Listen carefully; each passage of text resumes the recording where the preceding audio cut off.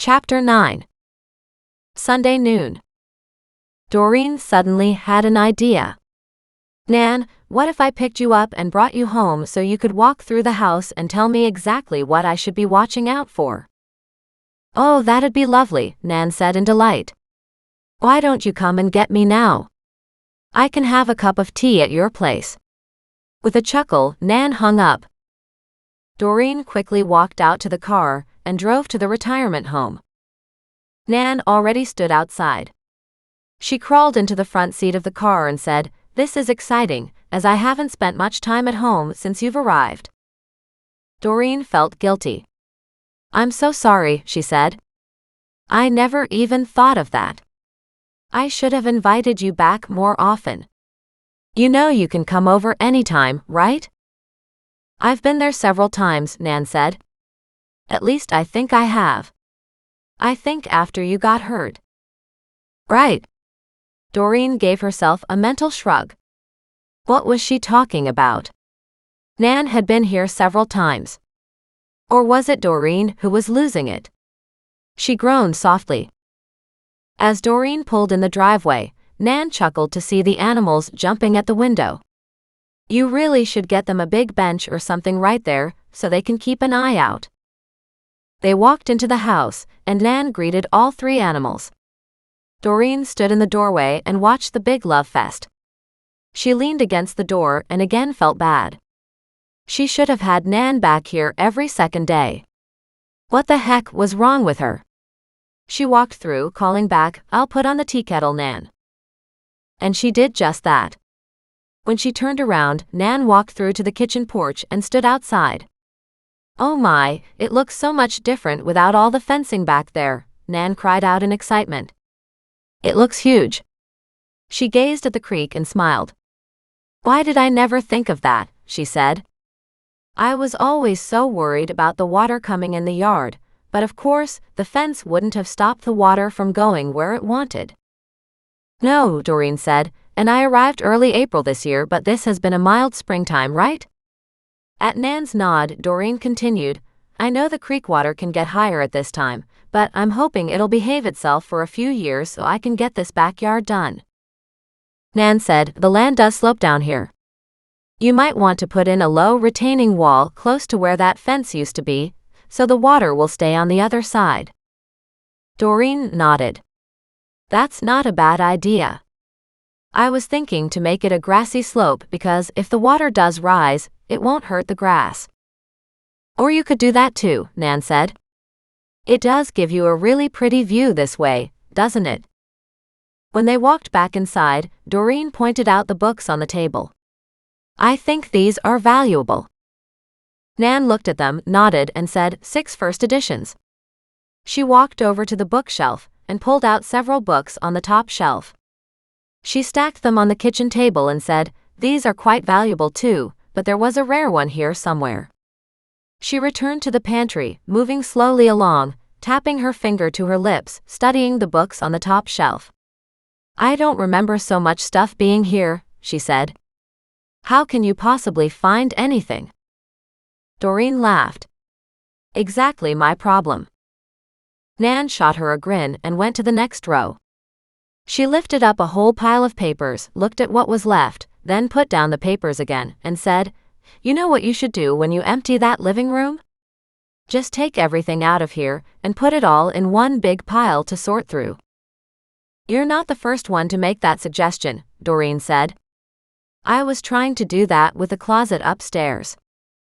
"That closet is stuffed," Nan said. "At one point, it was a bit of a game to see if I could put anything else in it. But I had a lot of fun with stuff back then.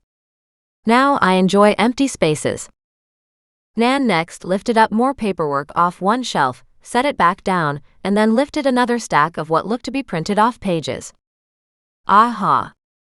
She set aside the papers and grabbed a small book and handed it over. "It's a special book of poems," she said, "by Byron."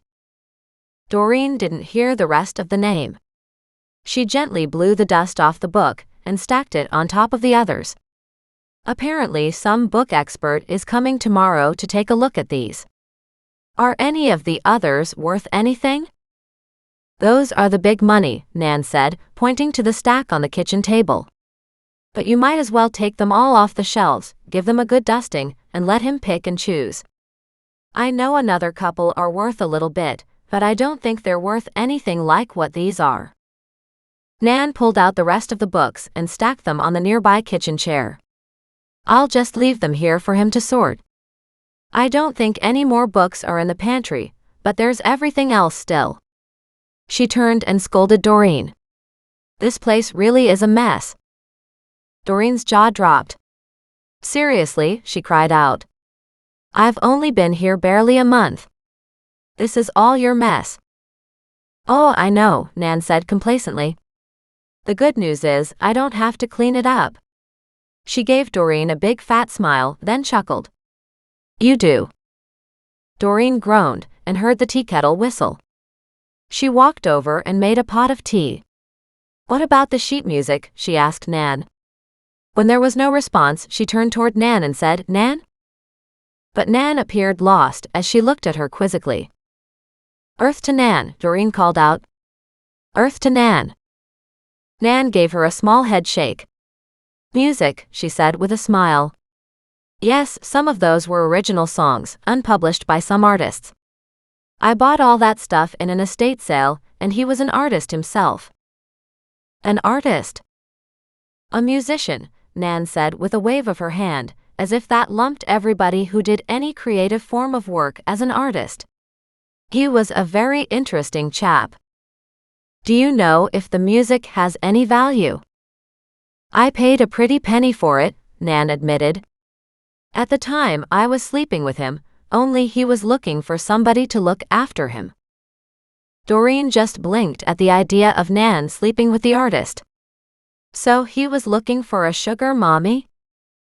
Yes, something like that. I guess a patron is what they would have called it way back when. We were together for about a year, she said. And then his music took a darker turn. I couldn't stand his moodiness. We broke it off. I'm not even sure where he is now. I think he died of an overdose, she said thoughtfully. If we had his name, it would help. Not really, Nan said with a shrug. He never made it big, and the music isn't his. It belonged to another artist. I think 3 packets of music are around here somewhere. I paid for them at different times, I believe. It should be in that paperwork. Doreen brought out 2 more packets of music she had taken from the hutch. At that, Nan studied the hutch and said, You should probably get your Christie's guy to look at that piece too. He already has, she said. He wants to take it. So empty it and move all that stuff off the top. Just make more of a mess. Nan laughed. Which is why, Doreen said, I'd like to go through as much of this as possible before they get here, and then, if they're interested in selling anything, I'll let them have it. Of course you will, Nan said. I don't remember half of the stuff anyway. Lots of it'll be useless. I went through phases where I bought and sold more exotic books, then furniture. At the end, it was all just stuff of value that would make a difference to you and none to me. Is the tea steeped, dear? I suddenly want a warm cup of tea. Doreen nodded and poured 2 cups, added milk, and asked, Do you want to sit here or outside? At that, she found the chairs in the kitchen were half full of books now. She groaned. I really do need to get this place cleaned out. Of course you do, Nan said. How about in the living room? Then she walked into the living room and stopped. Oh my, she said. I didn't notice when I first came through, since I was having so much fun with the animals, but this looks amazingly huge now. It does, doesn't it? Doreen said with a chuckle. These are the 8 chairs, of which Scott is taking 4, and apparently somebody he spoke to from the Cartland family is taking 2 of them. I don't know about the other 2. Then you've done well for yourself, Nan said with a note of pride. If you even sold half of what's in here, you've done well. I think Christie's will end up taking well over 40 pieces, Doreen said. But I would love for Scott to take everything. Not everything is likely to be of high value, Nan said. Christie's will only want the best. You don't have any artwork, do you? Doreen asked, remembering Scott's words. Not really. I had some pieces and I sold some. I think there's one still hanging around in a closet. It was god-awful ugly, she said, of some woman dressed in black in a half-sitting position on the edge of a couch. She gave a head shake. It was terrible. Maybe it's terrible, but is it priceless? Doreen laughed at that. Probably, Nan said. It was ugly enough. At that, Doreen looked at her, and Nan laughed again. You don't think most of this stuff is nice, do you? I think most of it is ugly. Doreen shook her head, reached out her arms, and engulfed Nan in a very gentle hug. I'm so delighted to hear you say that, she said happily. I was feeling so guilty for selling these pieces, but honestly, they're awful. Nan let out a peal of laughter. They are, she said, but if you pulled these 8 chairs from the basement, I presume you also got access through the garage, right?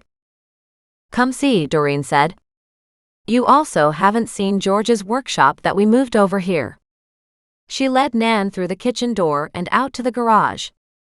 With the light on, even though it was stuffed full of furniture, it was obvious all the boards and tools were hanging up and the workbenches were all along the walls. Nan stared in amazement. Oh wow, this is lovely. I don't know what you'll use the tools for, mind you, but they're there if you need them. Exactly, Doreen said. And Scott has claimed a bunch of these pieces, although I don't think he is taking all of the furniture. He needs to take that set with the couch and the pot chairs, she said.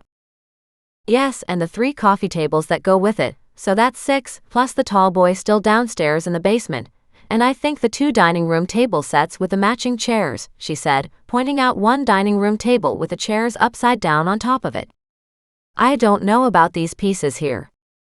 She motioned to a couple dressers close by. Nan shook her head. I don't remember either of them, she said with a shrug. But that coat rack, it's original. She pointed to a tall piece standing in the back corner. That's worth a lot of money. I don't think he mentioned it, but I can't remember anymore, Doreen said doubtfully. You need to point it out. It was in the White House way back when. I don't remember the history now. I think it's on the receipt. Maybe, Doreen said with a shrug. I'll mention it to him at least. At that, Nan wanted Doreen to open up the double doors to the basement. She opened them and they walked down the stairs. This is one of the best ways to get stuff up and down, she said. It was ingenious. Any idea why they had these stairs put in? Nope, but whoever did, like I said, it was a perfect solution. This house is old. It was built like in the 1930s, even the 1920s maybe, Nan said. I'm not sure what the double doors were used for, but these doors were here when I moved in, and I thought it was pretty amazing to have access to the basement from so many avenues. Downstairs, Nan looked at the half-cleaned-out room and shook her head. Still so much stuff is here. I know, Doreen said dryly. And I've worked really hard to clean it out. Hopefully he'll take most of this. Nan walked over to a hutch and said, he needs to take this. That and the silverware inside. Doreen nodded. And I think one of the dining room sets down here too. I'm not sure. She looked at the furniture to see more dressers, more chairs, and more dining room tables. Did you buy all this stuff randomly? I was part of a large group of some really avid antiques buyers. It got to be more fun to bid against them and just take stuff out from under their noses. At the beginning, I didn't know what was good and what wasn't, but if someone in the group was bidding on it, then it had to be good, she said. Of course they burned me a couple times, and I ended up with pieces of junk, but that was pretty fair on their part too. I made them spend more money on some pieces and literally didn't let them get some pieces they really wanted, she said with a small shrug. She turned and said, now, how about we go sit outside? And she made her way back up the stairs. At the top, Doreen closed and locked the doors again and led them back into the kitchen. Did you think of anybody at the retirement home who might have any connection to Crystal's family? Haven't had a chance yet, Nan said. I've got to think about some of the Dunham family history, but I can't remember anything about it. I think her mother worked at the hospital, though. The hospital? Yes, Nan said, but I don't remember much. Just that she was a nurse.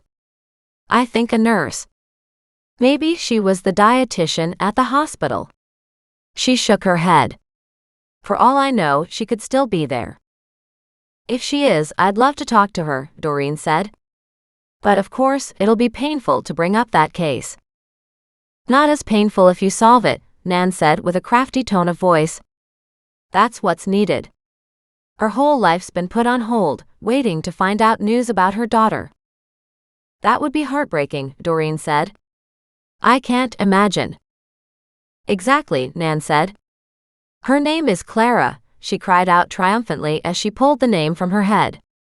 And I don't think she ever remarried. So you should find her on the staff list at the hospital. I'll take a look. Doreen wrote the name down on her notes. Nan finished her cup of tea and said, You don't have anything to go with our tea, do you? Not really, Doreen said. We could go out for lunch. That would be lovely. Nan looked at her in delight. Why don't we go to the Chinese food place? I haven't had their buffet in years.